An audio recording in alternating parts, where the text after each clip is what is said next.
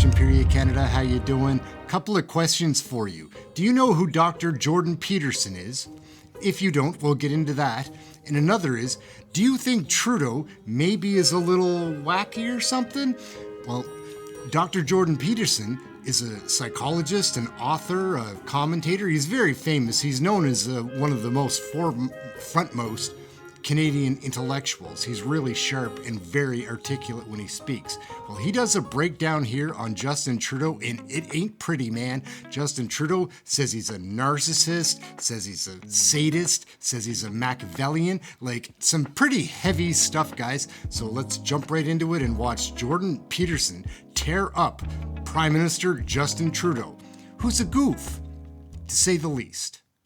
Blind, manipulated, led by, I think, our leader, Trudeau.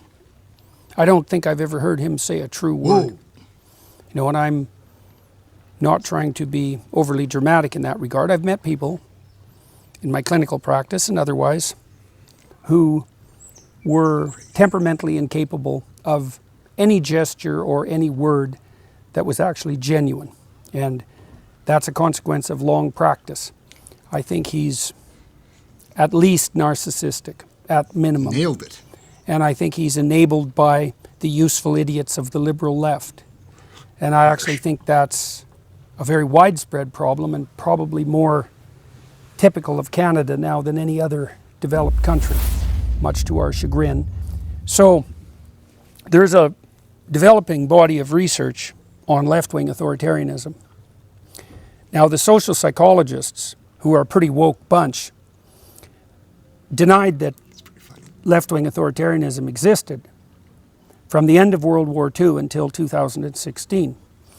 And when the first work on left-wing authoritarianism came out, now, the way you study something like political belief is you take a large corpus of questions about political attitude, several hundred, let's say, and you subject them to a statistical analysis that tells you how they sort.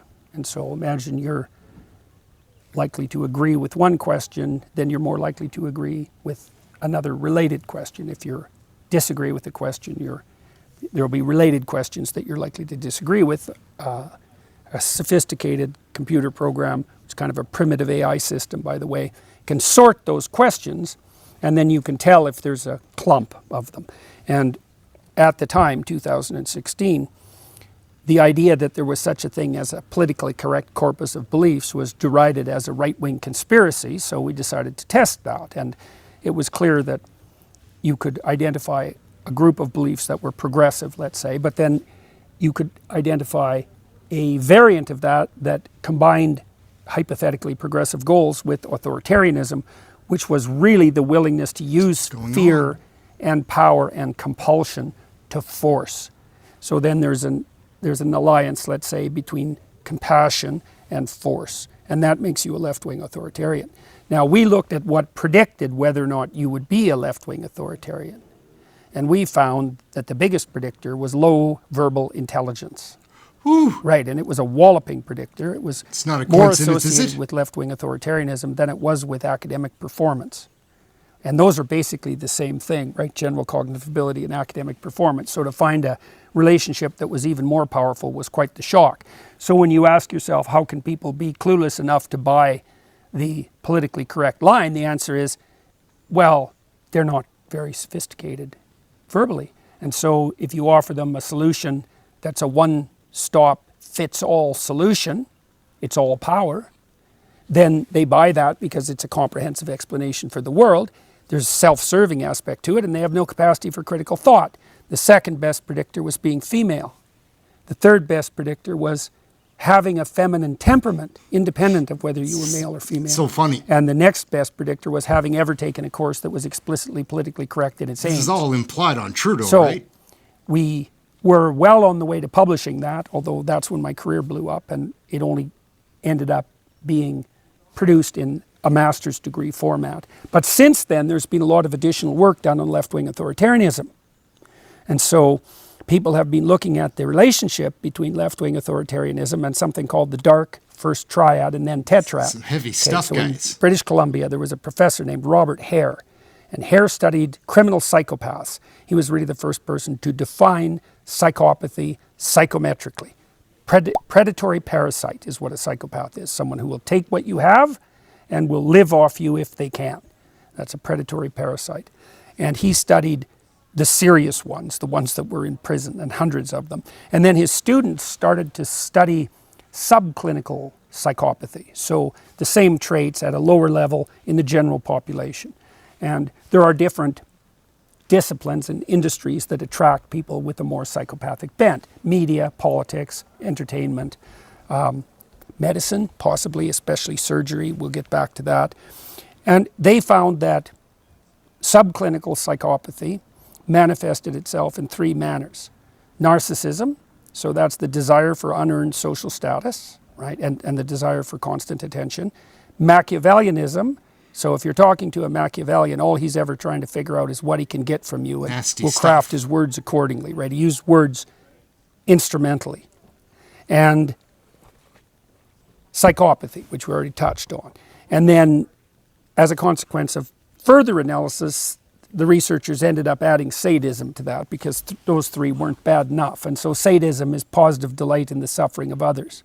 And lulz culture online, LOL culture, lulz culture, that's a manifestation of sadism, right? And we know too, the researchers who have been investigating this area have shown that the real online troll demon types are very high in the dark tetrad traits, so they're enabled online.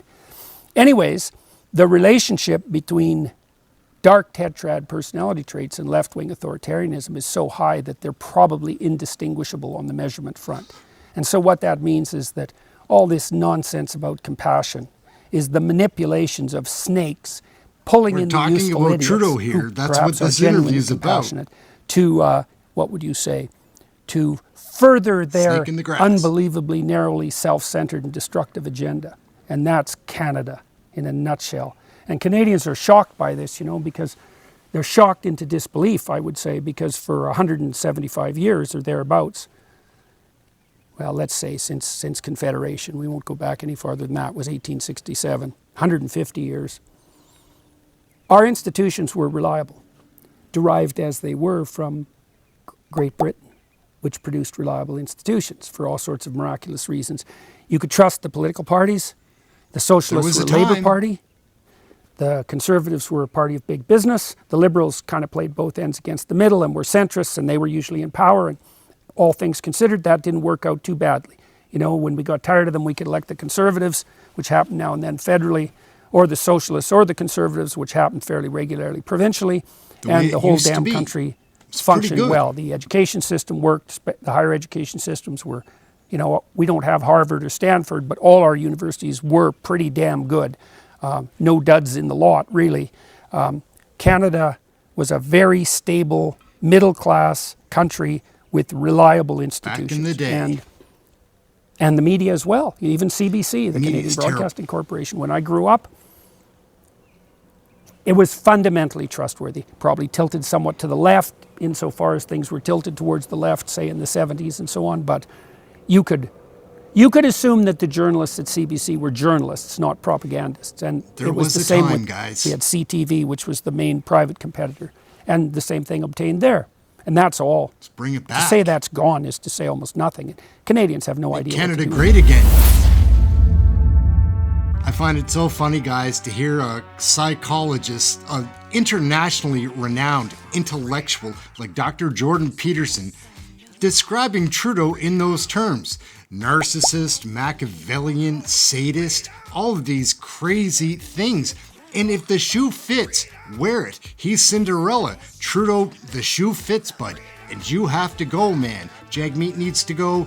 We need an election. We need to break up the Liberal coalition government, get things back on track. Because there was a time, guys, and it wasn't that long ago, that our institutions did stand for a little bit more than they stand for now. It feels like they stand for corruption and distraction, and it's just not working out in so many ways under this leadership. Not just one thing is falling apart. There's many angles. It's just really funny to see a very famous and well-respected psychologist like Jordan Peterson described Trudeau as the goof that he is. My name's Aaron. Question Period Canada. We have fun here all the time. We cover all the live question periods. We've got a great community. It's growing. And we make other videos, do some funny shorts, lots of that stuff. So yeah, check us out. Like, subscribe, comment. I love that stuff. I love getting comments. I respond to them all. Try me. Anyhow, I'm going to go and get something healthy to eat. Try to stay warm, everybody, and we'll catch you next video. Thank you very much for watching.